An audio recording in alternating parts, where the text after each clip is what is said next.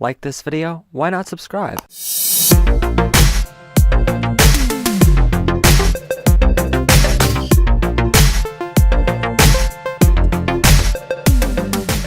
Welcome to Q&A Mondays here at MH News. I'm your host, Matt Haslam, and as always, if you like this video, like and subscribe to our channel for plenty of great episodes to come every Monday and Thursday. Also, if you want your question on the show, please go to mhnews.info and submit using our brand new online form. First question, if you can pick one part of a big production to get for free, which would it be? Actors, crew members, equipment, or locations? I'll typically pick equipment because everything else on that list you can get for free anyway. Actors, if you're looking for an actor, go to a local acting guild, a local acting club, go to a local high school or college and go up to their drama club director and ask them, if anybody's looking for film experience and not just theater experience, come talk to me. Typically want somebody that has a lot of experience in theater, but not very much, or if any, experience in the film world, because then they're looking for that experience and they're looking to kind of do some work for free for a little bit to learn that side of acting. And so that's great for you as a filmmaker because you don't need to pay out for it. I'll typically do that, and sometimes we'll do an event or something like that, and we'll have actors come up to us afterwards and say, hey, we know you're a production company that does film. If you guys need anything, then definitely check us out or give me a call. So that's really good. Typically with any actor, you want to see their abilities first with auditions, but if you're looking for actors for free, then definitely go that route. Typically with that, I'll say to them, after the whole thing is over, I'll give you a free acting reel out of it because we're going to have the footage anyway from the whole production. So, a lot of these actors only have video of them, maybe of a home movie video they made with a camcorder in the back of the theater. And so that they only have that kind of video. They don't have professional looking video with all this gear and having them look perfect every scene.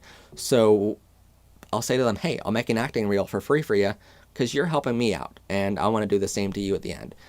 So rather than paying them, I'll give them an acting reel. It doesn't take that long to edit an acting reel anyway. So, why not give that to them as something to help them out? For crew members, typically if you make jobs easy on set, for instance, if you give one person a job of just controlling this light and this light, very, very simple task, but yet it's very, I think it's very small, but it's simple. If you give everybody a small job, nobody has to know these very technical things.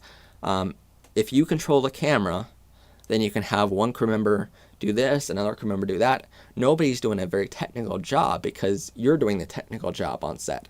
So you can get family or friends to do those very simple tasks, and you can get those for free, maybe buy them a pizza or something like that to be nice, but for the most part, you can get it for free, and you don't need to have them do very technical jobs.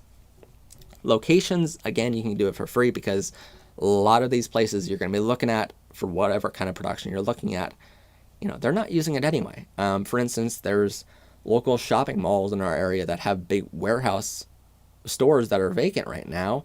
And so if we're looking for a location for like a warehouse or something like that, where are we going to go? We're not going to go somewhere that we need to pay for. We're going to go somewhere that we can use for free because they're not using it anyway. What's the harm in us doing that? For a forest or something like that, we went up to a location owner that basically owned a forest. I don't know why he did, but he owns a forest. And I said to him, hey, I want to make a little video here. I want to make a video called Haunted. And I explained to him about the project and the music video, but he said, hey, use it for free. I'm not using it. It's not going to bother me. We're using all battery powered equipment, so it's not going to take his power away from him. So what was the harm? And so he gave it to us for free. So you can get locations for free.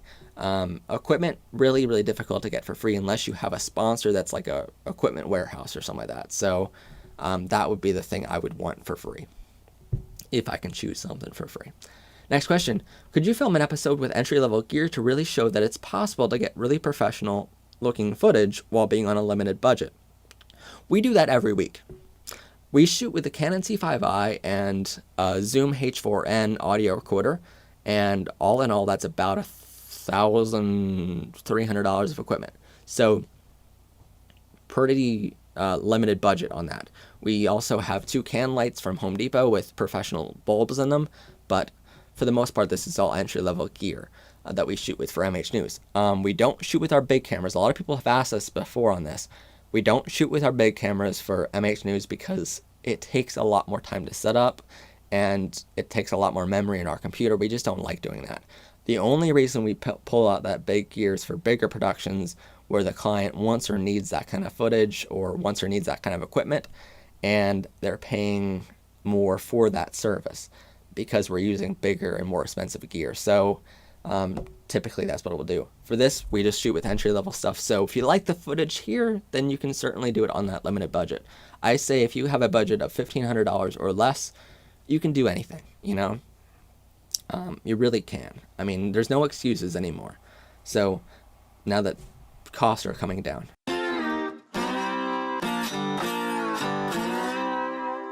If you need professional gear, but you don't have that much money to spend, well then you're in some luck. Matt Haslam Productions' equipment sales division just added over 150 items. That's over $20,000 of our biggest and baddest gear, all for clearance pricing. And we need to get rid of it, and get rid of it soon. We need to make some room around here to make room for some new equipment coming in, so we seriously need to get it gone fast. So please go to bit.ly/equipment sales for more information on the equipment itself, including moving head spotlights, LED park cans, mixers, speakers, cameras, lighting stands, a whole bunch more, all at bit.ly/equipment sales, all for clearance pricing. So please go there and check it out. Next question. I've been shooting a lot of on-the-road docs this year. 2 DSLRs, probably 10 hours of footage for each 5-minute show.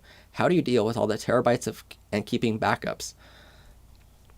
Typically when I'm on set or something like that, I'll take the SD card that I have for my cameras or my Zoom or something like that. I'll put them into the computer, and I'll have like a computer station off to the side of the set. And I'll put it into the computer and then copy it onto the 1 terabyte internal hard drive on this computer. Then I'll copy it onto a 2 terabyte external hard drive that I have right alongside of it. And then basically at the end of the day, that way I have 2 copies completely of everything besides the SD cards, which I'll typically only use an SD card once a day. If I have to, I'll format that card again and use it again, but I don't want to. I typically take enough SD cards, I don't have to do that. But that way I have at least 2 copies of everything. And then when I'm traveling back home or from this location to the next location, I'll copy whatever footage I had on the 2 terabyte hard drive onto another 1 terabyte external hard drive I have. And that way I have 3 copies of everything. Once I'm back in the office, I'll copy that footage once again to a 4 terabyte hard drive I have back here at the office. One of the many that we have on our bookshelf. It's crazy how many hard drives we have. And then I'll copy that onto another external hard drive. Once a month, I'll go to an external location that we store all of our footage at, and I'll copy all the footage from that past month onto that external hard drive at that location. And that way, we have 1 copy elsewhere.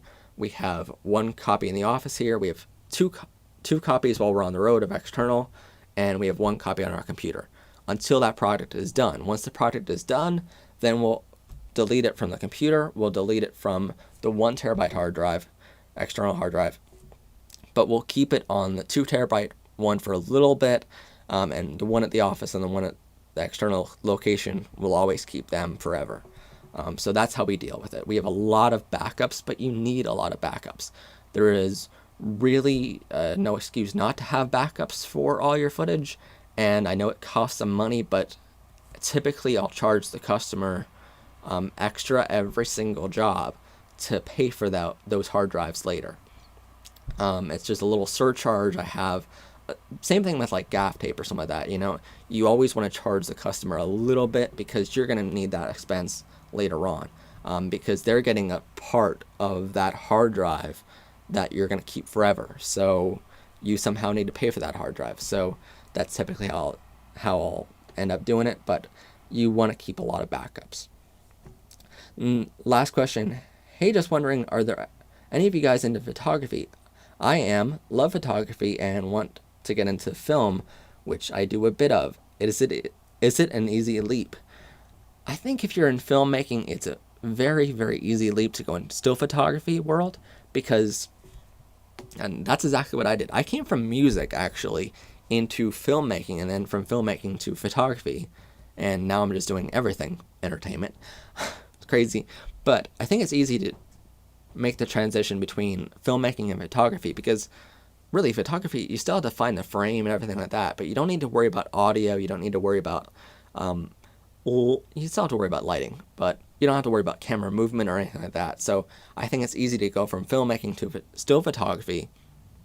However, if you're going from photography to filmmaking, it's a lot more complex, because now you have a couple more things to worry about. You have audio, which you never had to worry about before.